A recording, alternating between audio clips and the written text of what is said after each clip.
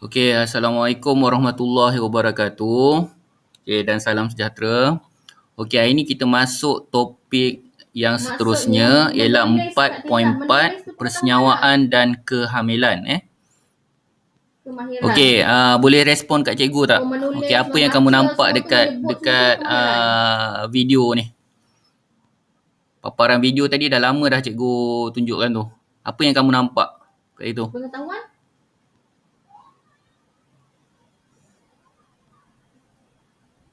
Boleh respon dalam chat. Okay. Kalau tak tahu cakap tak tahu, kalau tahu tuliskan apa nama yang kamu, apa benda yang kamu nampak tu.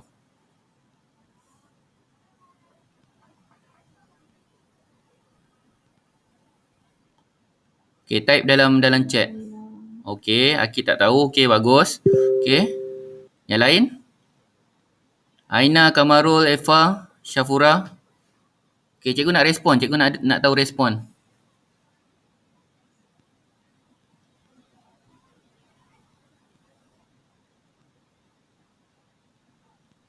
Kamarul boleh respon. Aina, Syafura, Eva. Okey, kalau tak tahu cakap tak tahu. Kalau tahu, apakah benda tu?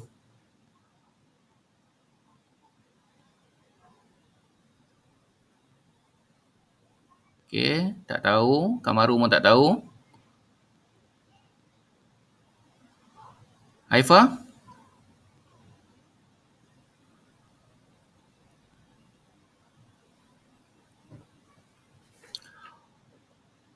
Ovum, okey betul. Tania? Okey, ovum tu yang mana satu tu? Okey, jadi saya tengok rata-rata tak tahu lagi lah. Okey, jadi kalau kamu tengok sebenarnya gambar rajah image ni, okey, atau video ni, okey, dia menunjukkan pergerakan, okey, pergerakan sperma menuju yang macam yang bergerak ni, yang kecil-kecil ni, ini adalah sperma. Yang besar ni, ini adalah ovum. Okey, kemudian kamu nampak kawasan ni kita kenali sebagai tiub fallopian. Okey, tak apa. Tak tahu tu tak apa. Memang tujuan kita nak belajar ini ialah kita nak tahu tentang konsep persenyawaan dan kehamilan. Okey. Okey, kita teruskan. Okey, jadi dalam topik hari ini kita akan belajar 3 standard pembelajaran. Kamu kena tahu bila cikgu sebut standard pembelajaran ni, inilah fakta yang kamu kena faham. Okey, faham, kemudian kamu kena tahu dan kena aplikasikanlah. Okey, jadi dalam topik ni, okey, standard pembelajaran ni kita akan belajar tentang 4.4.1 berkomunikasi mengenai proses persenyawaan dan penempelan embrio. Okey, kemudian yang kedua 4.4.2,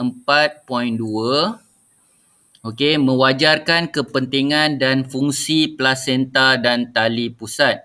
Okey, 4.4.3 memerihalkan perkembangan zygot kepada embrio dan seterusnya kepada fetus dalam tempoh kehamilan sehingga kelahiran. Okey, itu hari kita dah belajar tentang kitahid. Okey, bila kita sebut tentang pembiakan, okey, sebenarnya proses ni dekat fasa mana dalam kitahid? Okey, fasa persenyawaan tu akan berlaku kat mana dekat kitahid? Fasa kitahid tu. Cuba ingat balik. Okey, cikgu nak kamu respon dalam chat.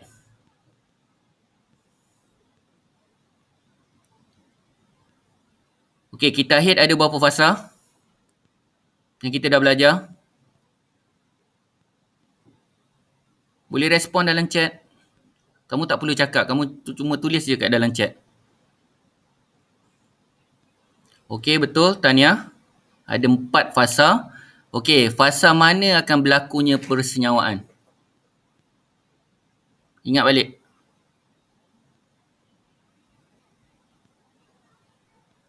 Okey, nyatakan nama fasa-fasa yang kita dah belajar itu hari.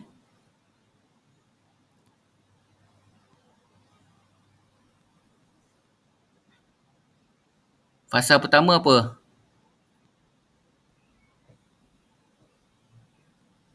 Ramai lupa. Jadi cikgu minta tolong buat ulang kaji balik. Okey, ada 4 fasa. Okey, betul. Okey, fasa head, fasa pemulihan, fasa subuh, fasa prahead. Okey, jadi dalam kes kita ni, okey, bila kita cerita pasal persenyawaan, okey, biasanya dia akan berlaku di fasa subur. Okey, jadi fasa yang ketiga. Fasa yang ketiga lah kalau tak silap cikgu. Okey. Okey, berapa hari fasa subur tu? Kita dah belajar dalam kitab head. Cuba ingat balik. Apa formula nombor dia cikgu beritahu tadi. Okey. Okey, berapa formula dia? Okey, kita bermula dengan 5, 6, 5, 12, betul? 28 hari, betul? Betul ke tak betul ni? 5, 6, 5, 12. Okey, ingat hafal tu. Okey, kalau tidak nanti kamu tak boleh ingat setiap fasa tu. Okey, kita pergi kepada yang seterusnya. Okey, persenyawaan. Okey, bila kita masuk persenyawaan ni ialah proses percantuman antara nukleus sperma dengan nukleus ovum untuk membentuk zygote. Okey, jadi proses ni berlaku dekat tiub fallopian. Okey, jadi kamu ingat balik struktur yang ada pada perempuan atau wanita. Okey, tiub fallopian. Okey, kemudian proses ni berlaku semasa proses persetubuhan. Okey, jadi mana kat sini berjuta-juta sperma dibebaskan dari zakar dan dipindahkan ke dalam faraj. Okey, setakat ni boleh ikut? SP lah. Okey. Apa yang didefinisikan dengan persenyawaan? Boleh? Okey, jadi konsep dia kamu kena ingat sebab dia yang paling penting dia ialah gabungan nukleus sperma dan gabungan nukleus ovum. Okey. Okey, baru dia akan membentuk satu bentuk yang baru yang kita kenali dia sebagai zygote. Okey, ingat balik cikgu dah beritahu itu. Lepas zygote akan membentuk apa? Maksudnya SP, tengok SP juga kan, SP. Okay. Lepas zygote membentuk apa ya? Boleh respon kat cikgu. Cikgu dah ajar itu masa dulu tu. Zygote, embrio, lepas embrio betul Aina? Lepas embrio apa? Okey, formula dia ialah ZEF. Okey, ingat tu. Zygote, embrio, fetus. Jangan terbalik. Okey, fetus lepas tu sepatutnya dia akan jadi bayi. Okey, ZEF Okey, jadi cikgu rasa kamu jelas. Okey, jadi proses kalau kita tengok kat sini, okey, bila berlakunya persetubuhan, okey, mana kat sini zakar ni dia akan membebaskan banyak sperma lah. Okey, dia akan melalui cervix Dia akan masuk melalui cervix. Okey, kemudian dia akan pilih lah sama ada dia akan pergi fallopian di sebelah kiri atau fallopian di sebelah kanan. Okey, jadi dia akan berlaku pergerakan je sperma ni. Okey, jadi dari banyak-banyak tu yang pertama dia sperma ni akan memasuki faraj dan berenang ke arah tiub fallopian. Okey, jadi dia akan bergerak ke situ lah. Dan tujuan utama dia ialah untuk mencari ovum. Okey, katakan ovum kita ni berada di sebelah kanan, jadi dia akan bergerak sebelah kanan. Tapi ada juga yang akan bergerak sebelah kiri. Okey. Okey, setakat ni boleh ikut? Okey, jadi bila sampai dekat ovum, jadi makna sperma yang pertama tu akan melakukan persenyawaan. Okey. Boleh cikgu teruskan? Okey, cikgu minta kalau siapa tak faham terus respon dekat chat. Okey. Okey, jadi rata-rata semua boleh lah. Okey, kita pergi kepada yang seterusnya. Okey, ni adalah bentuk ovum di bawah mikroskop. Okey, bentuk bulat. Okey, kemudian ini adalah bentuk sperma di bawah mikroskop. Okey, kemudian kamu tengok kat sini, ini adalah fasa di mana sperma dan ovum tu telah bersenyawa. Okey, kamu nampak ni ada macam gambar kecil, kotak kecil ni. Okey, kamu nampak ada pergerakan masuk. Okey, jadi pergerakan masuk, dia akan hanya masukkan bahagian kepala sperma sahaja. Okey, jadi daripada fasa ni kita kenali dia sebagai proses dia ialah sperma berenang dengan bantuan ekornya dari faraj memasuki cervix. Okey, seterusnya ke dalam uterus lalu menghala ke tiub fallopian.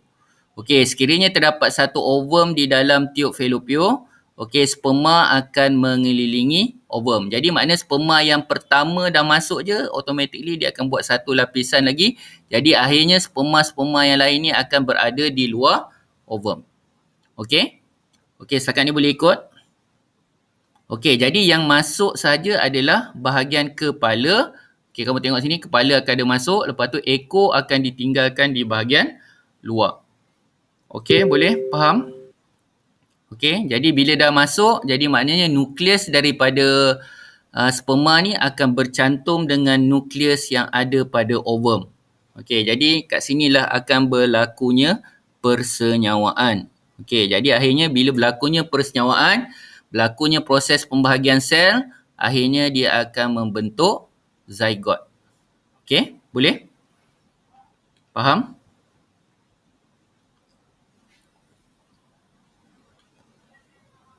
Okey.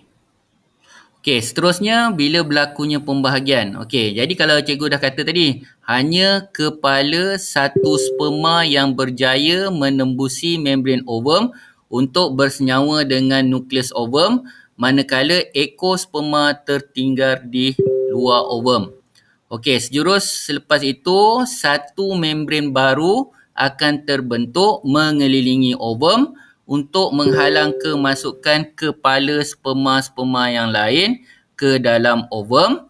Okey, zygote akan berkembang dan mengalami pembahagian sel seterusnya di dalam, okey, Y tu salah tu, di dalam tiub fallopian.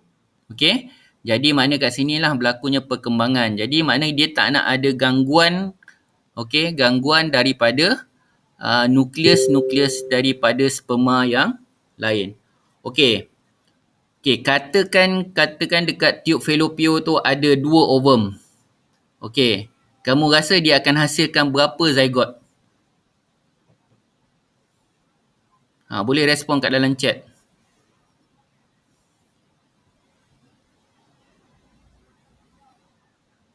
Okey, 2. Aina je respon. Okey, 2. Kalau ada 3? Okey, bagus. Okey. Kalau ada 4? Okey. Jadi kamu fahamlah makna ada korelasi kat situ. Tapi okey, soalan cikgu yang seterusnya. Kalau katakan cikgu persenyawaan tu berlaku satu ovum, satu sperma, ada kebarangkalian tak dia boleh jadi 2 zygote?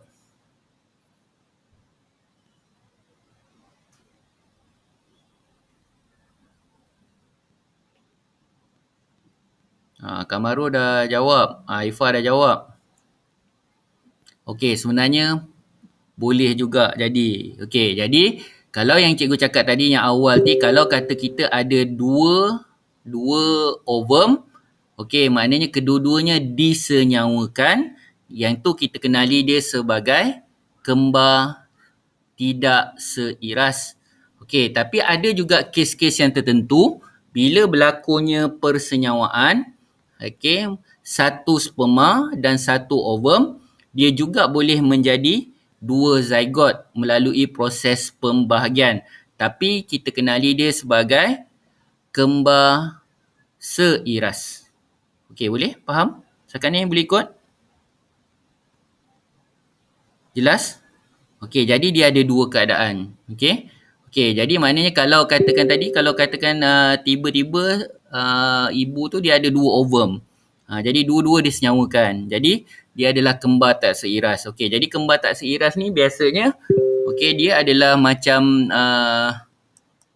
kehamilan normal jugalah. Okey, tapi maknanya bayi tu tidak bercantum.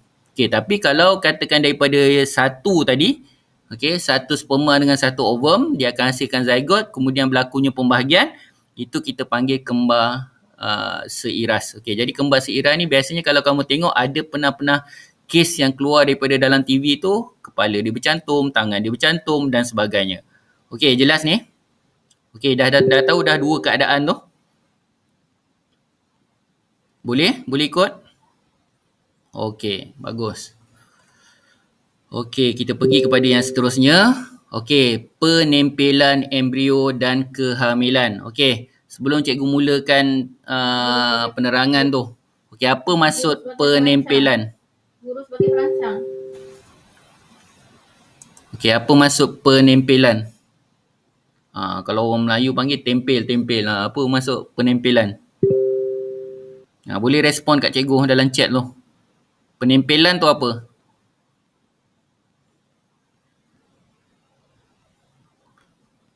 Okey, kalau siapa tahu boleh respon jawapan dia. Kalau siapa tak tahu cakap tak tahu.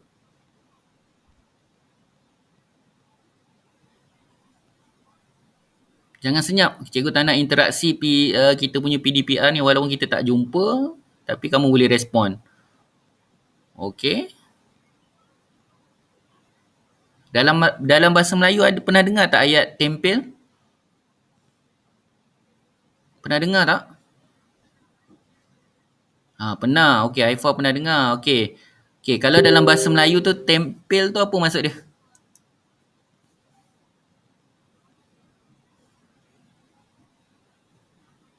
Okey, bagus. Betul. Itu jawapan dia. Penempelan tu, okey, maksud dia ialah proses pelekatan. Okey, embrio. Okey, jelas? Okey. Dia sama je ayat dia tapi kita tengok ini adalah dalam bentuk fakta sains lah, penempelan embrio. Okey, jadi maknanya kat sini ialah embrio itu melekat. Jadi dia akan melekat di uterus. Okey. Okey, kita teruskan. Okey, jadi kita tengok fakta yang pertama. Okey, mula-mula tadi bila bersenyawa dia akan jadi apa? Okey, sperma dan ovum bersenyawa dia akan jadi apa dulu? Mula-mula sekali. Respon, cikgu nak tengok respon dalam chat ni sentiasa bergerak. Jangan senyap.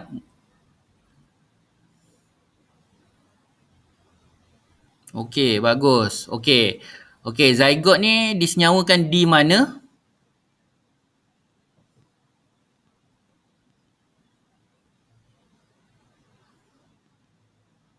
Disenyawakan di mana? Baru je kita belajar tadi. Bermula di huruf T.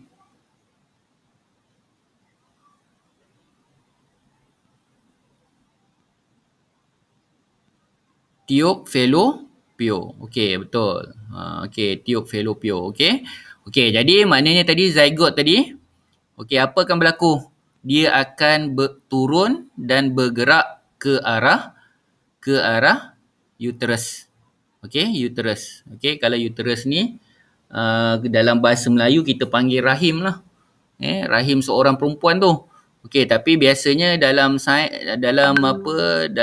jawapan soalan sains kita tak boleh tulis rahim. Kita kena tulis uterus. Okey.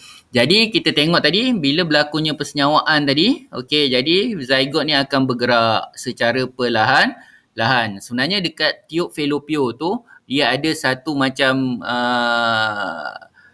jari-jari halus atau bulu-bulu halus lah, okey, yang dikenali sebagai villus. Dia akan sapu pergerakan zygote tu sampailah ke uterus. Okey, jadi sekarang ni gambar ni dia menunjukkan okey, zygote tadi telah berubah menjadi embrio, kemudian embrio ni akan menempel. Ni dipanggil proses penempelan. Okey, nampak ni pergerakan dia tadi, dia jatuh je dekat uterus tu, dia akan tempel. Okey, jadi kat sini kalau kamu tengok, okey, ini sebenarnya adalah proses fasa. Okey, fasa yang kat sini sebenarnya kalau kita tengok bahagian kesuburan ni, kalau kamu tengok ni pada fasa kitahid tu dia ada fasa subur tu, maknanya kat sini adalah keadaan yang paling sesuai, banyak pembuluh darah dan sebagainya. Okey, jadi kat sini maknanya embrio dia akan bertukarlah menjadi bentuk-bentuk yang fasa-fasa yang seterusnya. Okey, jadi kalau kita tengok kat sini, okey, daripada segi fakta dia, zygote membahagi menjadi 2 selepas 30 minit. Jadi mana setiap 30 minit membagi 2.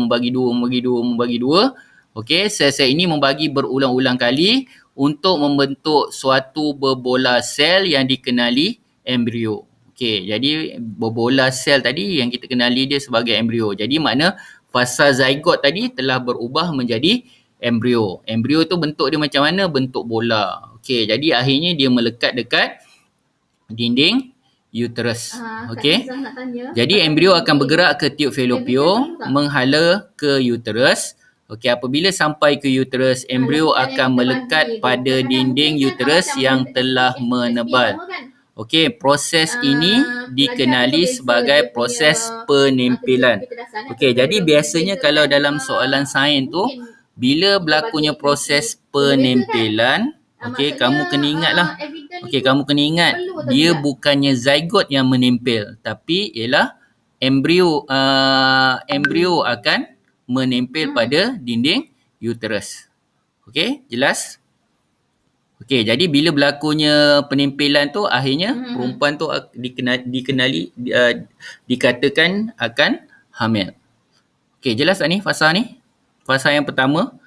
Nampak tak gambar tu? Yang di dalam buku, dalam mekanisme buku tu pun dah kira simpan lah kan.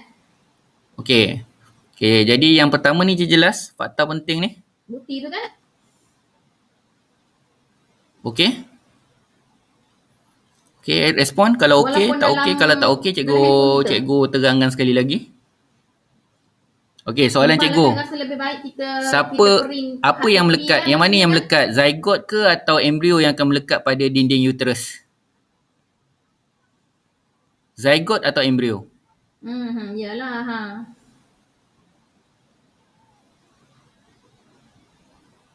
Okey, Ifa salah. Bukan zygote, embrio.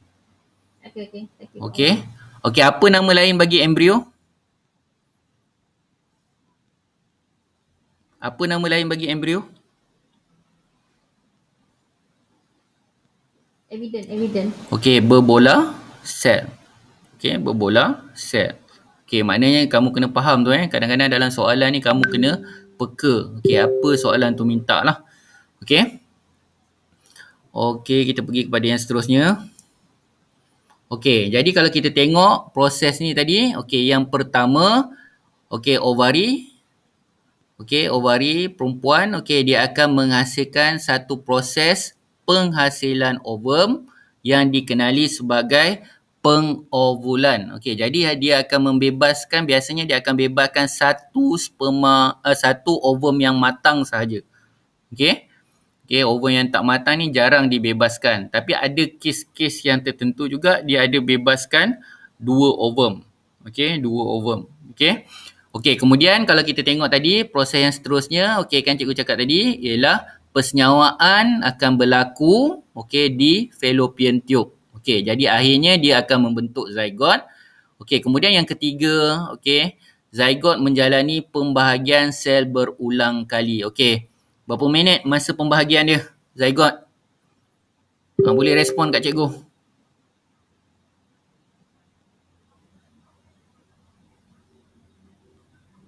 Setiap berapa minit dia akan membahagi?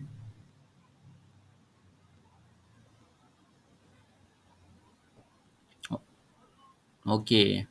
Okey, Kamarul nanti lain kali kena tulis masa sekali. Jangan tulis 30. Okey, bila kita naik di menengah rendah ni, kita kena jawab penuh. Okey, jangan amalkan tulis 30. Jadi 30 kita panggil dia ayat yang tidak lengkap. Okey, 30 minit. Okey, jadi 30 minit, 30 minit, 30 minit. Dia akan membagi. Akhirnya dia akan menjadi apa? Zygote, okey, akan menjadi satu berbola sel. Okey, apa nama berbola sel tu? Apa nama berbola sel tu?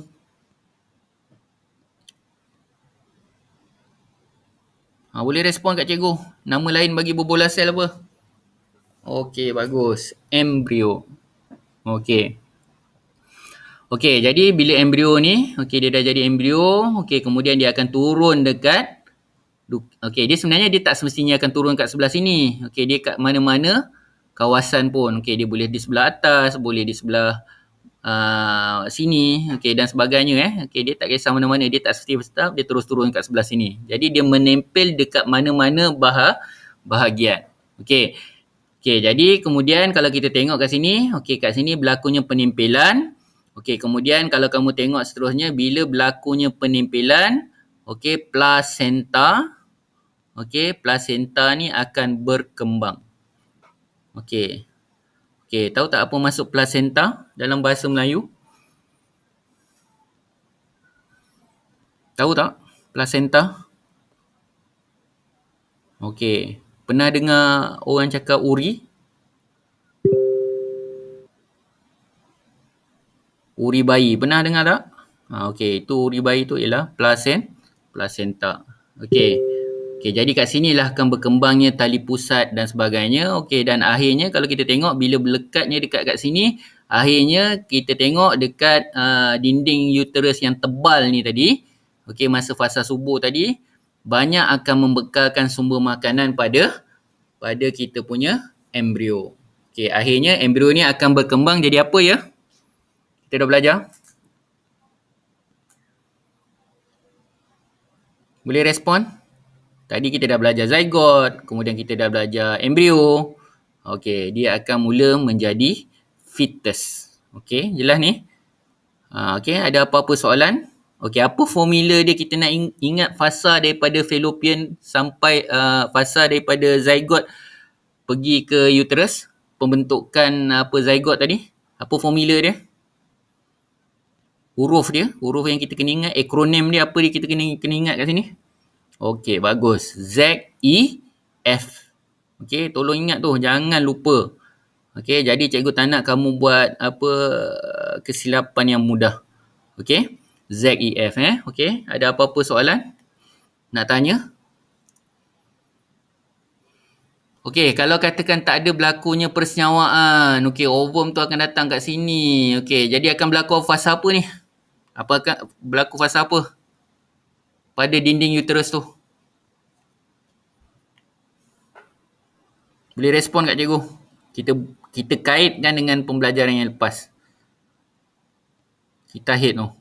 Okey, kan tak ada persenyawaan berlaku. Okey, jadi apa akan berlaku kat situ?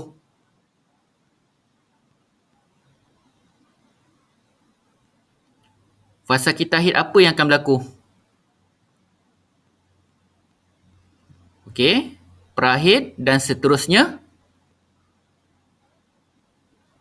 Betul Aina? Fasa prahid. Ni yang selalu kata orang perempuan senggugut, sakit ni dan sebagainya. Okey, berlaku kat sini lah masa berlaku fasa prahid. Okey, lepas prahid apa akan berlaku?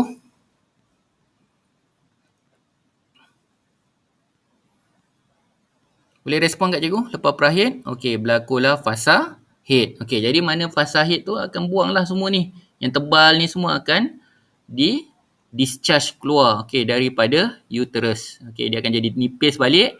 Okey, kemudian dia akan bina balik. Okey, kalau tak ada persenyawaan. Okey, kat situ akan berlakunya pada fasa pemulihan. Jadi kalau katakan tak ada, dah adanya berlakunya persenyawaan, dah ada berlakunya penimpilan, dah ada terbentuknya fetus di situ, jadi maknanya proses kehamilan tu akan terus berlaku.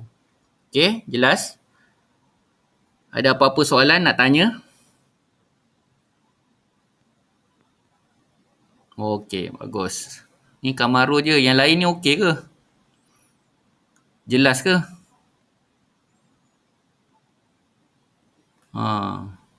Kelas kita macam kelas OKU je kan. Kita suruh tengok respon. Sebab cikgu, yang penting cikgu nak tengok kamu respon tu. Okey? Kadang-kadang bercakap cikgu tak jelas siapa yang bercakap. Jadi bila kamu bercakap dekat chat ni, cikgu tahu siapa yang bercakap. Okey? Respon. Okey? Jadi cikgu harap kamu jelas Okey, kita pergi kepada slide yang seterusnya. Okey. Perkembangan zygote. Okey, dengar ni betul-betul Okey, kalau perkembangan zygote ni, okey, dia akan menjalani satu proses pembahagian sel yang kita kenali sebagai mitosis. Take note sikit. Ambil dekat nota kat situ. Mitosis. Okey, apa maksud dia mitosis ni? Bila berlakunya proses pembahagian sel, maknanya genetik itu akan dikekalkan. Sifat genetik tu akan dikekalkan. Sama dengan induk. Induk tu maksud dia ialah sel asal lah. Okey, boleh ni? Faham? Okey. Kalau meiosis ni, bila berlakunya meiosis ni? Okey, proses pembahagian sel meiosis ni berlaku semasa, contohnya contohnya katakan lelaki, okey, dia akan separuhkan daripada sel induk dia. Okey, kalau perempuan dia akan separuhkan daripada sel induknya. Okey, lepas tu kenapa? Sebab yang kedua, lepas akhirnya kedua-dua ni sel ni akan bercantum. Jadi dia akan jadi bilangan asal sel tersebut. Okey, jelas? Okey, ada apa-apa nak tanya tentang pembahagian sel? Okey, jadi kalau masa persenyawaan, pembahagian sel nama dia ialah mitosis. Okey? Okey, jadi kalau katakan sperma tu nak menghasilkan sperma, nak menghasilkan ovum, okey, itu ialah meiosis. Okey. Faham tak setakat ni? Boleh jelas?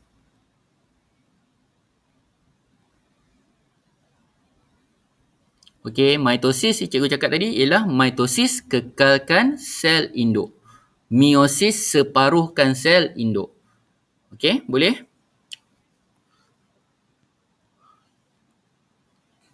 Okey, respon-respon. Cikgu nak tengok respon tu sentiasa je bergerak. Bila cikgu tanya soalan, respon mesti bergerak.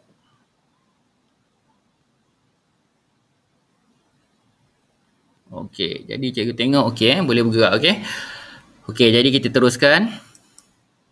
Okey, kita tengok proses pertama. Okey.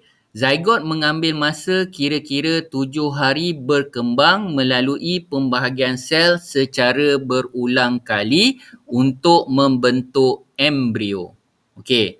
Apa nama pembahagian sel dia? Masa kat Mawar tak terfikir buat idea tu. Okey. Kita jalan lurus je kan? Kita ni jalan lurus. Okey, apa nama pembahagian sel tu tadi? Okay. Nama proses pembahagian sel tu apa kita panggil? Yo. Boleh respon kat cikgu? Okay. Good idea. Pembahagian sel tadi ada dua je nama dia. Mitosis satu, meiosis satu. Jadi sekarang ni proses satu ni dia menjalankan proses pembahagian sel apa? Mitosis ke meiosis? Respon dekat chat. Cikgu nak tahu. Aina je yang lain. Mitosis atau meiosis?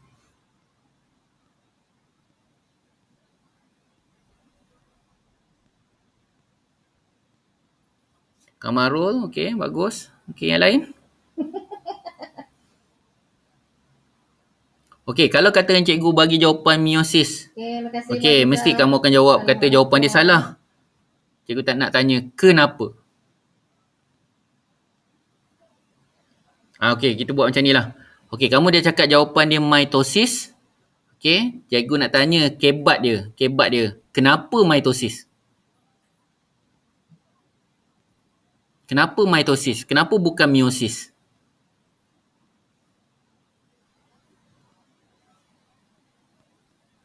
Okey, respon. Cikgu nak dengar respon tu. Apa kata kunci dia tadi? Cikgu dah beritahu tadi. Beza antara mitosis dengan meiosis tadi. Apa dia? Okey, membekalkan sel induk. Bukan. Okey, Kamaru bukan membekalkan sel induk. Tu sebab cikgu nak kamu respon. Tak apa, bagus. Yang penting kita buat salah kat sini, cikgu boleh betulkan.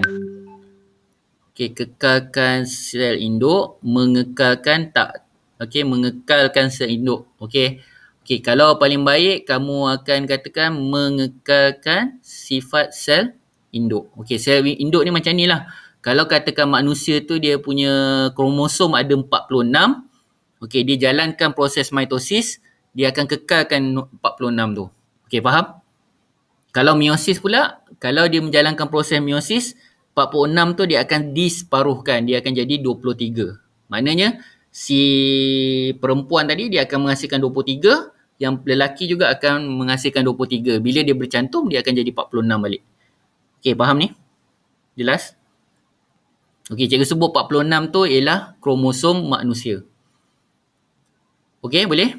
Okey, jadi dia mengekalkan sifat, tambah sikit mengekalkan sifat sel induk. Okey, jadi mana tak berubah lah walaupun dia membahagi kat sini seberapa banyak kat sini. Okey, jadi dia punya sifat tidak berubah. Okey. Okey, membahagi banyak ni kita panggil apa ni? Unisel ke multisel? Ulang kaji balik ni, sel. Sekarang dia telah menjalankan proses apa ni? Menghasilkan unisel ke multisel? Respon sikit Kak Cikgu. Ulang kaji. Saya cikgu akan sentuh-sentuh pembelajaran yang lepas.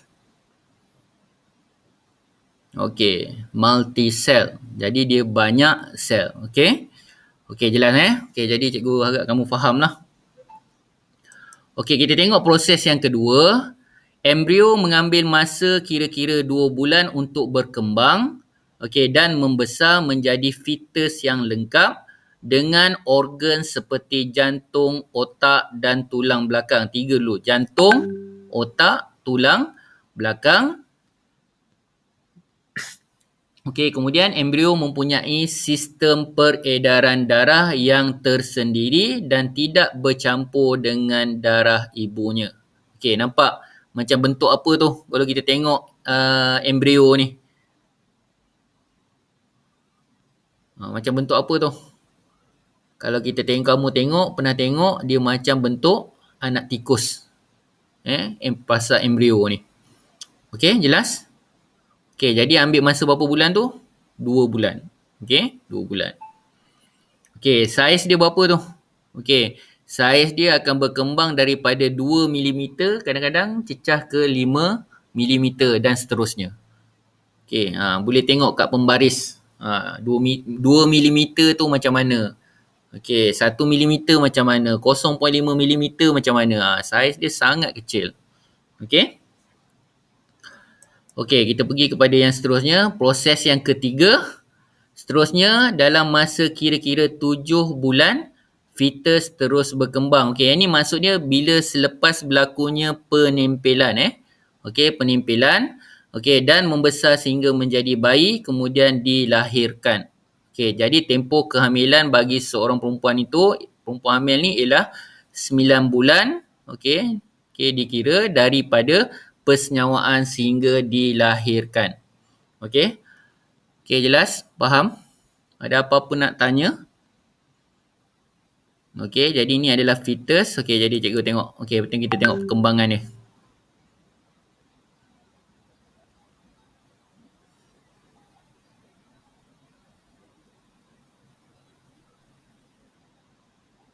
Okey, boleh nampak video tadi? Pergerakan perubahan fetus tadi menjadi embrio tadi. Menjadi embrio, fetus. Okey. Okey, kemudian dia akan jadi bayi. Okey, boleh? Faham? Okey, ada apa-apa nak tanya?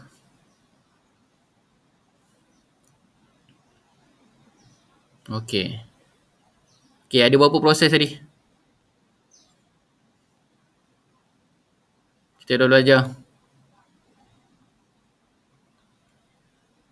Bermulanya daripada zygote tadi. Ada berapa proses tadi? Okey, ada 3 proses. Okey, kamu kena ingat tu. 3 proses utama tu.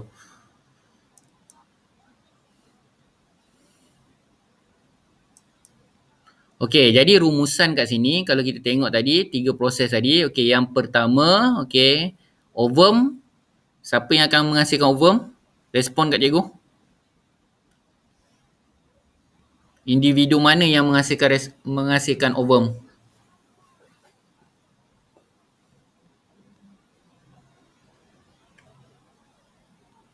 Okey. Lain? Cepat-cepat cikgu nak dengar aktif. Bila macam ni pergerakan dia agak lambat.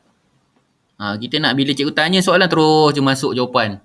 Baru kita akan nampak kamu ni ada menjalankan proses pembelajaran aktif. Jangan senyap je. Okey, betul. Perempuan. Okey, sperma. Individu mana yang menghasilkan? Lelaki atau perempuan?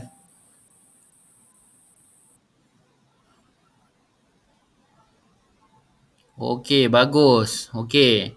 Okey. Okey, jadi macam mana dia menjadi zygote? Respon kat cikgu. Macam mana zygote ni terbentuk? Apa kata kunci dia? Okey, persenyawaan. Okey. Okey, persenyawaan. Okey, Aifa betul. Okey, yang lain? Okey, nama lain persenyawaan ialah percantuman nukleus sperma dan percantuman nukleus ovum. Okey, jadi mana nukleus ovum dan nukleus sperma ni akan bercantum. Okey, jadi dia mengambil masa 7 hari. Okey, berapa minit proses pembagian ni? Setiap berapa minit?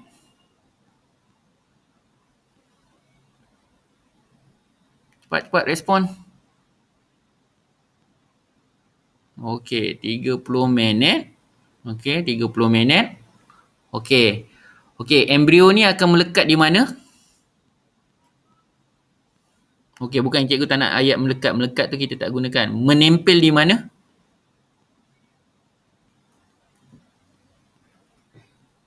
Okey. Kalau katakan cikgu ada A, B, C. Okey. A, B, C.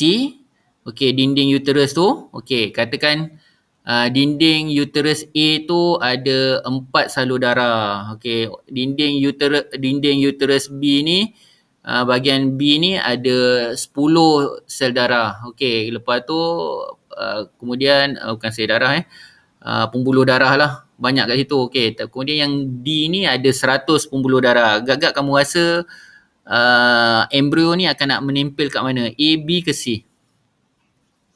Ni kebat lah cikgu nak bagi ni.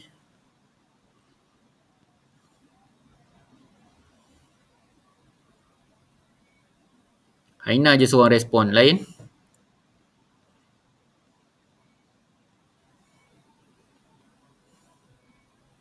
Ni sama tak? Boleh kata tak cikgu kata ni konsep homeostasis? Boleh tak?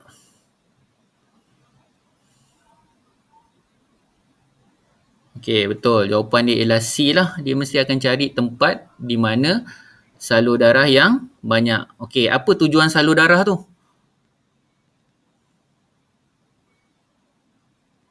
Cuba agak-agak, cuba teka kenapa salur darah tu banyak diperlukan oleh si embrio ni. Kita tahu embrio ni akan ada dia punya salur darah dia sendiri. Tapi kenapa dia masih perlukan salur darah yang lain?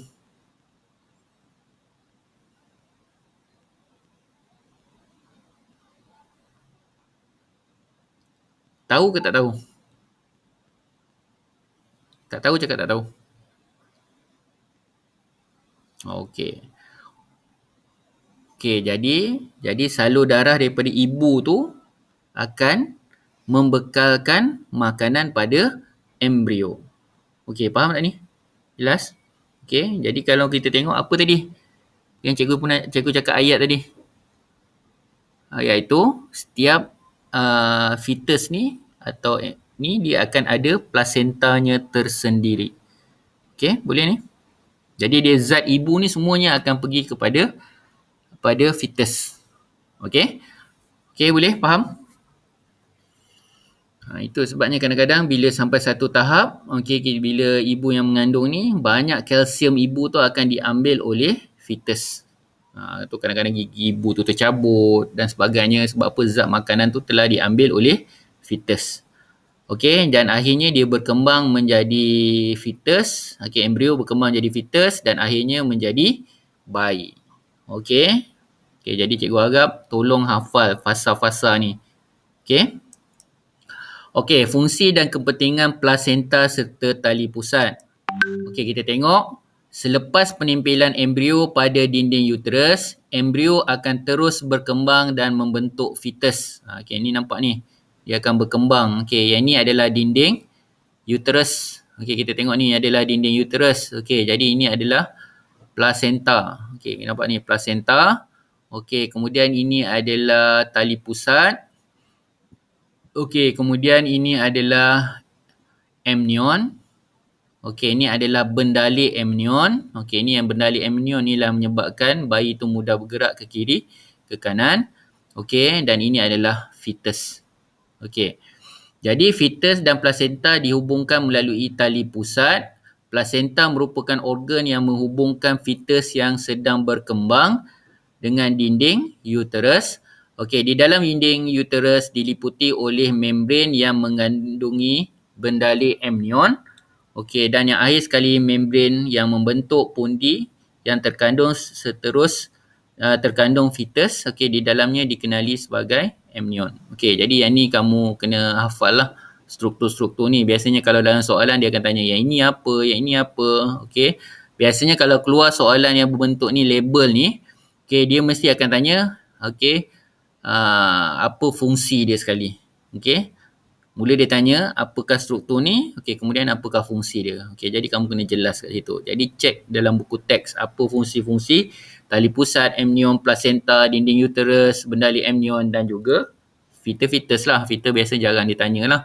Okey, yang lain-lain ni. Okey. Okey, jadi kita tengok biasanya kalau dalam soalan, biasanya dia akan fokuskan yang 3 yang utama ni lah. Yang cikgu selalu kalau cikgu pernah tanda kertas PT3 dulu, biasa dia akan tanya 3 ni. Yang pertama dia mesti tanya apakah fungsi bendali amnion.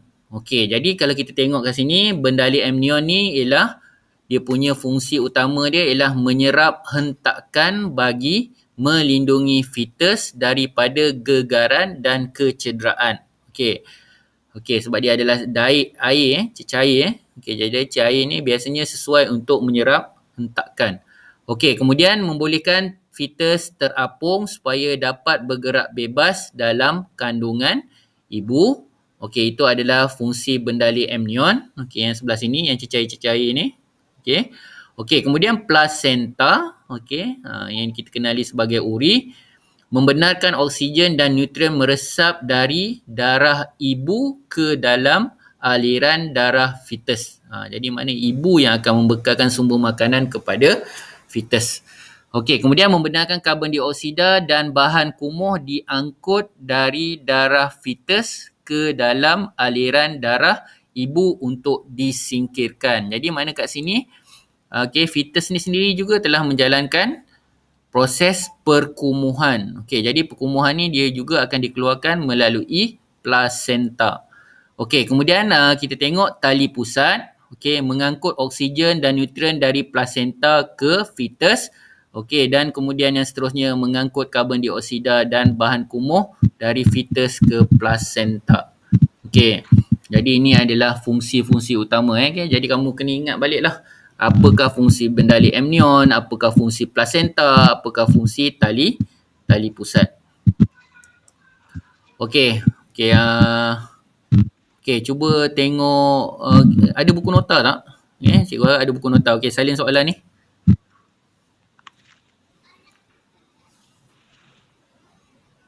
Okey, kalau siapa dah siap nanti respon.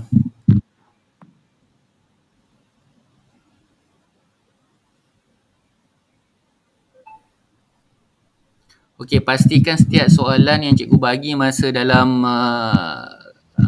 kelas PDPC, okey, kamu PDPR lah. Okey, kamu salin dan kemudian buat di buku SC2.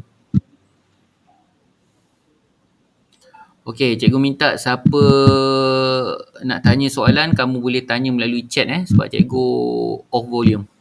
Memang tak ada volume kat sini. Kalau kamu cakap pun saya tak berapa dengar. Okey, selepas rakaman ni sebenarnya saya boleh dengar.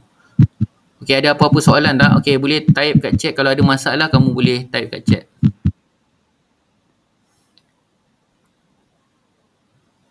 Okey, siapa dah siap salin soalan juga, boleh. Okey, boleh respon. Cikgu saya dah siap.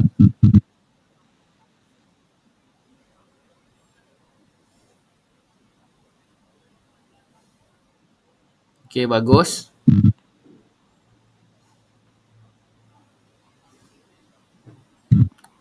Haifa ada apa-apa soalan?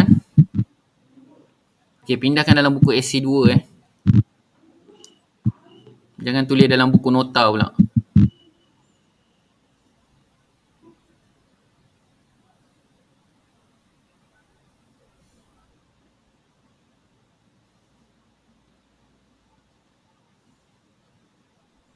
Haifa bila nak hantar video?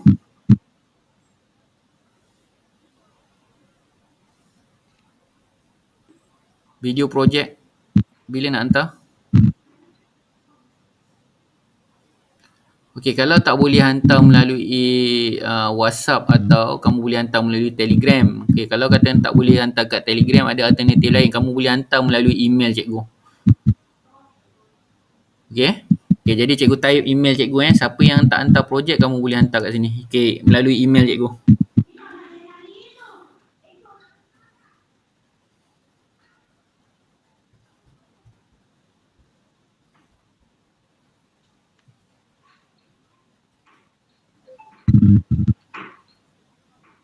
Okay.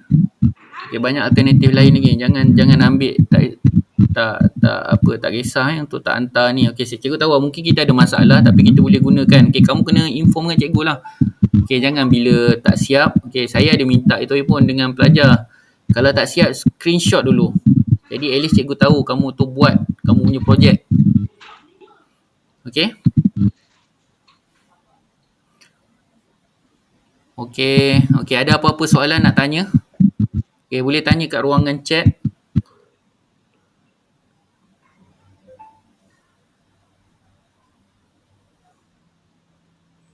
Okey, kalau tak ada apa-apa, ada soalan tak? Ada soalan tak? Kalau tak ada soalan, cikgu nak tanya.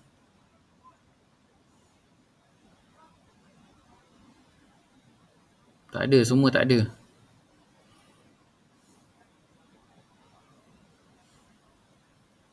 Okey, bagus, dah siap. Okey, tak ada nak tanya. Okey, saya kamu jelas Fasa-fasa tadi cikgu terang tu paling mudah dah tu. Okey.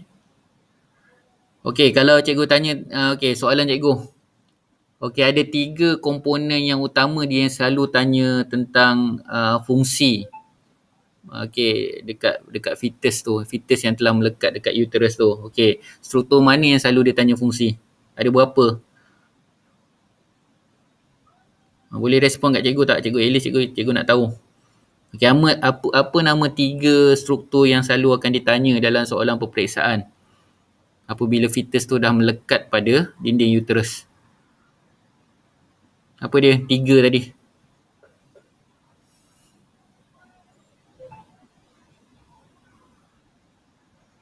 Okay, apa 3 struktur utama tadi?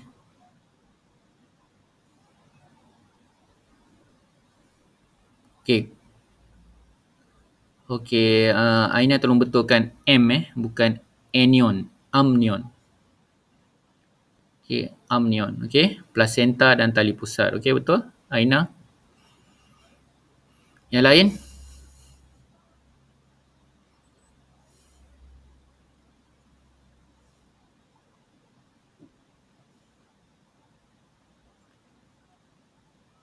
Senyap ni tak bergerak, tak aktif kita punya ni.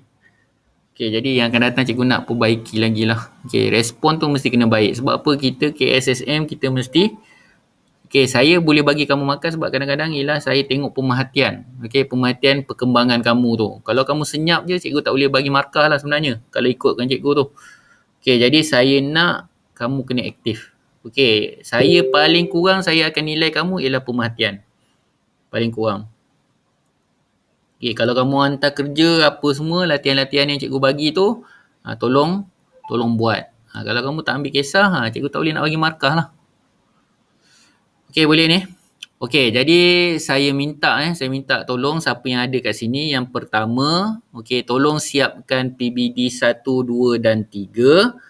Okay, jadi cikgu nak repair lagi sementara PPD tengah minta markah-markah PPD kamu punya ni. Okey, jadi saya nak kamu peka. Dah tengok dah markah PBD belum dalam WhatsApp tu? Dah tengok belum? Dah. Macam mana tu markah tu Efa? Suka ke markah macam tu Efa? Tak. Okey, cikgu nak kelas RK ni mesti dia punya paling kurang pun mesti dapat 456. Okey, 456.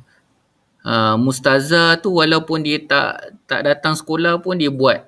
Dia hantar cikgu secara personal, PM cikgu dan sebagainya. Tu cikgu boleh bagi dia markah. Lepas tu dia ada latihan-latihan yang cikgu bagi semua dia buat. Okey, kelas yang pelajar cikgu yang selalu datang ni pun banyak yang tak respon. Okey, jadi cikgu minta tolong tolong siapkan PBD 1, 2 dan 3 dan saya minta tolong juga satu lagi. Tolong sampaikan kepada kawan-kawan kamu yang tak ada ni. Okey, boleh Aisyah ni duduk mana Aisyah? Aisyah duduk mana? Aisyah Syamimi duduk kat mana tu? Oh, Kepis. Kepis lain okey ke? Efa? Tak okey Okey, tak tahu. Lain? Apa terjadi pada kawan-kawan kita ni? Sufi, Arifin. Arifin ada tak ni? Sebab kadang-kadang cikgu tengok nombor telefon ni mungkin pakai mak punya. Arifin ada tak Arifin?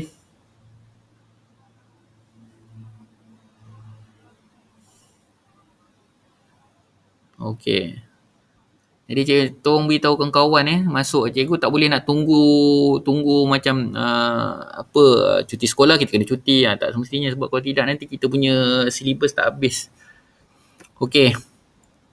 Okey, jadi tak ada apa-apa daripada cikgu. Okey, tolong siapkan kerja-kerja yang sepatutnya kamu kena buat. Okey, modul dah siap dah. Sepatutnya sampai bab modul berapa tu? Sampai topik berapa tu? 4 kan? Cikgu bagi lebih 1 kan? Dah habis buat semua. Boleh respon kat cikgu? Belum. Okey. Haifa je belum. Okey, bagus. Aina kalau dah siap terus tampal dalam buku apa cikgu cakap itu SC2 Tampal dalam buku SC2. Jangan tunggu tampal dalam buku nota. Nota hanya nota je. Akid dah siap? Kamarul dah siap?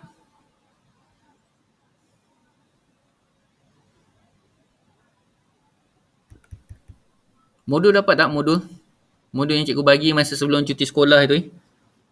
Okey, Kamarul dah siap. Okey, bagus. Okey, dah siap Dah siap, cikgu minta tolong tampal. Nanti buku masa naik sekolah nanti cikgu nak benda tu. Okey, jadi tak ada apa-apa, kita berhenti kat sini. Okey, terima kasih. Okey, jaga diri baik-baik. Okey, study. Jangan tak study. Okey, Assalamualaikum. Okey, terima kasih.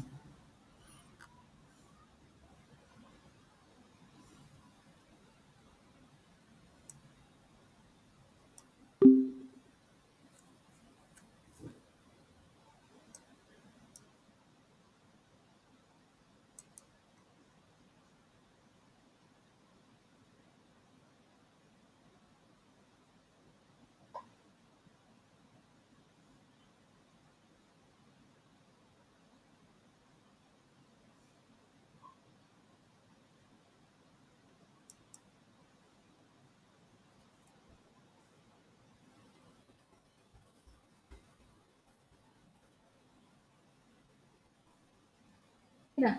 Dah.